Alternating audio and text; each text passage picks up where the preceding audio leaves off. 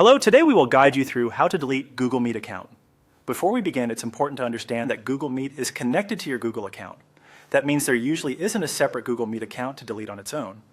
In this process, you'll be navigating to the option that removes your Google account, which also removes access to Google Meet and other Google services tied to that account. So make sure you're certain before continuing. Start by going to the Google Meet website. Once the page is loaded, look to the upper right corner of your screen and click on your profile icon. This is where you can access account-related settings connected to the Google account you're currently signed into. After opening that menu, click on Manage Your Google Account.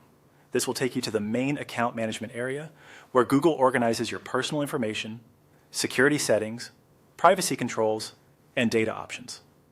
If you have more than one Google account signed in, take a moment to confirm that you're working in the correct one before moving on. Next, select Data and Privacy. This section contains the settings related to your account activity, stored information, and account management choices. You may need to scroll a bit depending on your screen size or device. Once you're in Data and Privacy, scroll down until you find the option labeled Delete Your Google Account. Click on that option to continue.